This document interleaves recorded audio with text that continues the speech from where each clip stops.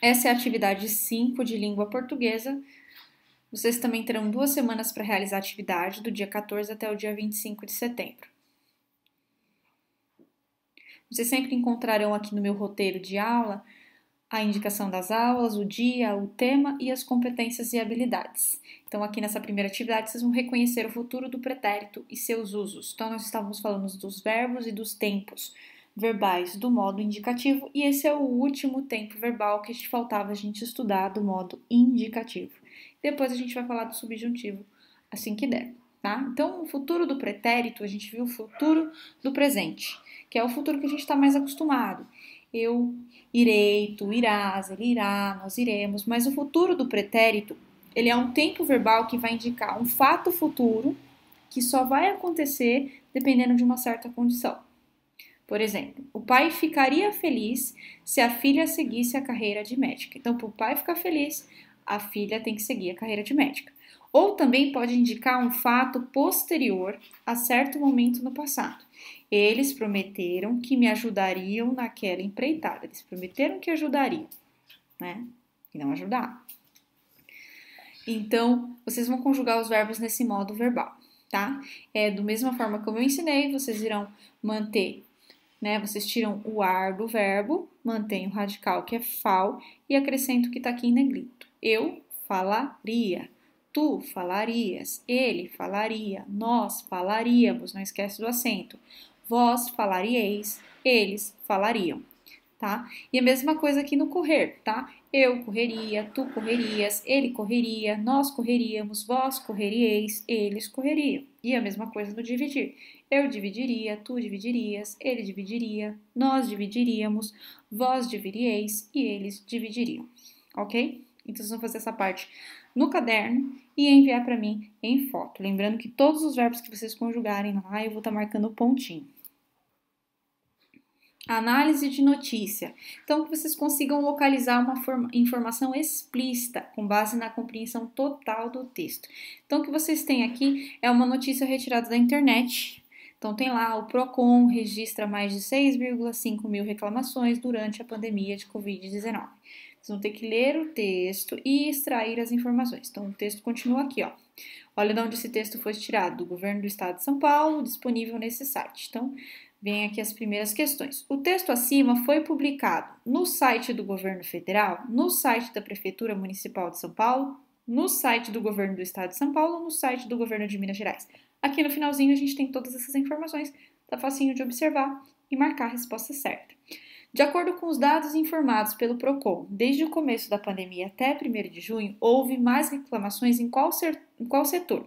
No setor de viagens, lojas, companhias aéreas, ingressos e eventos? Está lá no texto. Então, eu vou localizar aonde que está lá no texto. Então, vocês vão conseguir perceber que aqui no primeiro parágrafo já tem essa informação. E aí, vocês vão colocar lá qual foi o maior número de reclamações aí, tá? Foi na área das agências, foi nas companhias aéreas e etc, tá? Só marcar a bolinha. Por que o governo do estado fiscalizou e multou estabelecimentos? Então, vocês vão encontrar essas informações aqui na segunda parte do texto, aqui, principalmente no segundo parágrafo. Observa lá, localiza a informação e responde. Vocês vão encontrar as ideias e vão assinalar aqui na 3, tá? Então, é com vocês, sem medo de errar. 4. Segunda notícia, como os consumidores podem fazer contato com o PROCON para reclamar ou denunciar quando encontrarem preços abusivos? Também está aqui, ó. Ele está falando como que as pessoas devem denunciar. Então, você também vai achar a alternativa correta. Aqui nós vamos analisar uma imagem, tá? Olha essa imagem aqui. Tá? Então, vocês observam o primeiro momento, o segundo momento e o terceiro momento.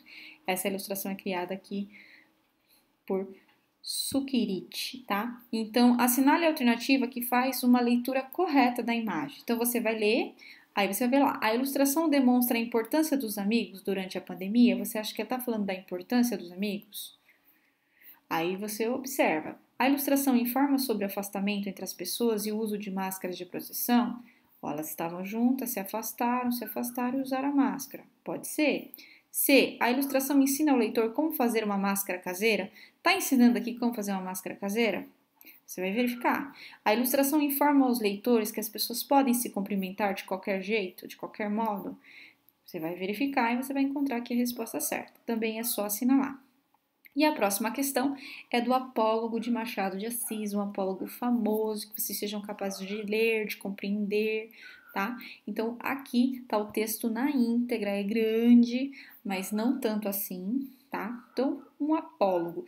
O apólogo é da mesma família da fábula, da parábola, é aquela história que nós vamos ter uma lição de moral. E os personagens no apólogo, diferente da fábula, não são animais. Nas fábulas, os personagens são animais que falam. No apólogo, são objetos, seres inanimados que falam. Então, a gente vai observar aqui uma agulha e uma linha conversando, tá? Um novelo de linha. Então, são personagens diferentes, né? Não são animais, são objetos. Objetos da costura. Então, a gente vai ver eles interagindo aqui, vai compreender o que está acontecendo para a gente poder responder. Se vocês quiserem assistir a adaptação do conto em forma teatral, vocês vão clicar aqui também. Assistam, é bem curtinho. Essa adaptação foi feita pela professora da sala de leitura, alguns anos atrás, a professora Lloyd, e eu ajudei, né? São alunos que eram dos 7º ano e o áudio às vezes fica um pouquinho comprometido de entender o que o colega fala, mas por isso que a gente está com o texto aqui, né? Eu gostaria que vocês vissem uma produção nossa da escola, dos Imbres, e que vocês verificassem que é possível, né? Transformar aí esse texto aqui numa peça de teatro e ficar muito bom. Então vamos entender essa história. Era uma vez uma agulha que disse ao novelo de linha: por que está você com esse ar toda cheia de si, toda enrolada, para fingir que vale alguma coisa neste mundo? Deixe-me, senhora, disse a linha. Que a deixe? Que a deixe por quê? Porque lhe digo que está com um ar insuportável? Repito que sim, e falarei sempre que me der na cabeça. Que cabeça, senhora? A senhora não é alfinete, é agulha. A agulha não tem cabeça. Que lhe importa o meu ar? Cada qual tem o ar que Deus lhe deu. Importe-se com a sua vida e deixa dos outros. Mas você é orgulhosa. De certo que sou. Mas por quê? É boa, porque coso. Coso é costuro, tá? Então, os vestidos e enfeites de nossa ama, quem é que os cose, senão eu? Esta agora é melhor. Você que os cose, você ignora que quem os cose sou eu, e muito eu? Você fura o pano, nada mais. Eu é que coso, prendo um pedaço ao outro, dou feição aos babados. Então, até aqui a gente vê aí a discussão entre a agulha e a linha. Então, quem começou a discussão primeiro foi a agulha, né? E aí, então, a linha foi falar que não, que é ela que costura e a agulha só vai fazendo o buraco. Então, elas estão discutindo aí quem é mais importante, tá? Lá. Você só fura o pano, eu é que costuro, que prendo um pedaço no outro, que dou feição aos babados. Sim, mas que vale isso? Eu é que furo o pano, vou adiante, puxando por você que vem atrás, obedecendo ao que eu faço e mando. Então, aqui, a agulha que fala, não, eu vou na frente, então eu sou mais importante, você que tem que me obedecer.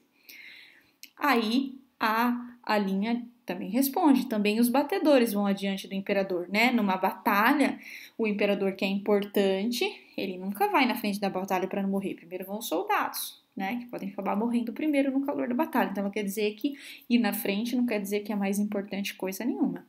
Aí ela pergunta, você é imperador? Não digo isso, mas a verdade é que você faz um papel subalterno, papel de empregado, né? Indo adiante, vai só mostrando o caminho, vai fazendo o trabalho obscuro e ínfimo, trabalho pesado, e eu é que prendo, ligo, ajunto. Estavam nisso quando a costureira chegou à casa da baronesa. Não sei se disse que isto se passava em casa de uma baronesa, que tinha a modista ao pé de si para não andar atrás dela. Chegou a costureira, pegou do pano, pegou da agulha, pegou da linha, enfiou a linha na agulha e entrou a coser. Uma e outra iam andando orgulhosas pelo pano adiante, que era a melhor das sedas, entre os dedos da costureira, ágeis como os galgos de Diana, para dar a isto uma cor poética. E dizia a agulha, então, senhora Linha, ainda teima no que dizia há pouco?